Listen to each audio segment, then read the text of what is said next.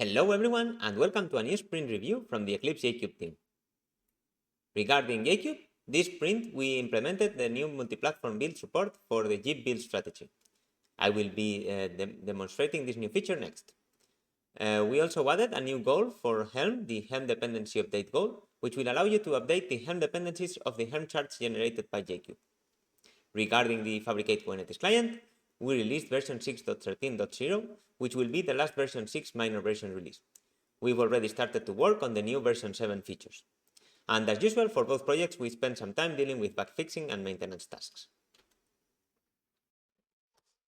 Okay, so in today's demo, I'm going to showcase the new support for building multi-platform images using the Jeep build strategy on JKube.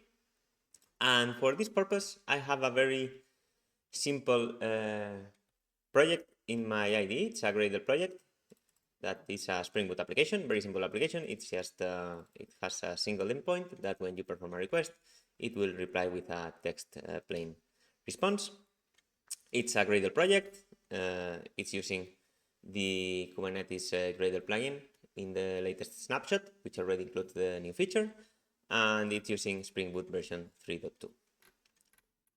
So here, this project has a manual container image configuration, and the important part here is that it's using a base image that has support for multiple architectures. So if we check the container image in Docker Hub, we see that it has support for AMD 64, ARM 64, etc. The rest is just pretty standard. I will basically copy the project artifact and that's it. So the other important part of this Gradle project is the properties. So if we check them, we see that we are selecting the build strategy Jeep, which is the only one that currently supports the multi-platform build.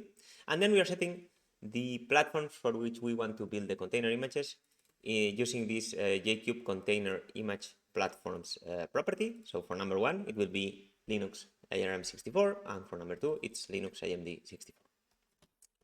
So now we can simply perform a Gradle build as usual. Gradle clean build, test build.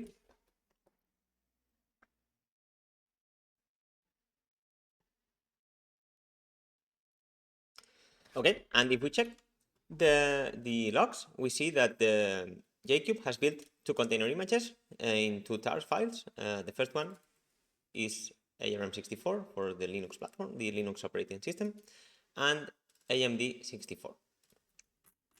We can also run the Gradle test push goal to push these container images to my Docker Hub container image registry.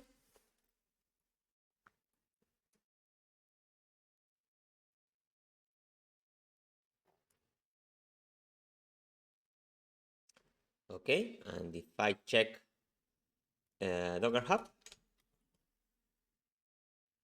I can see that we built and pushed the container image with the support for the 2 architectures.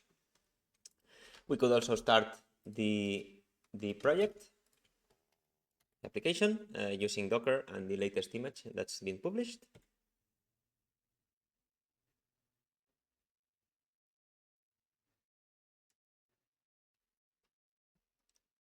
And if we perform a request, we can see that the application is actually working. So this concludes the demo. I wish that you enjoyed it, and also please try it out and make sure to provide your feedback. Thanks for watching.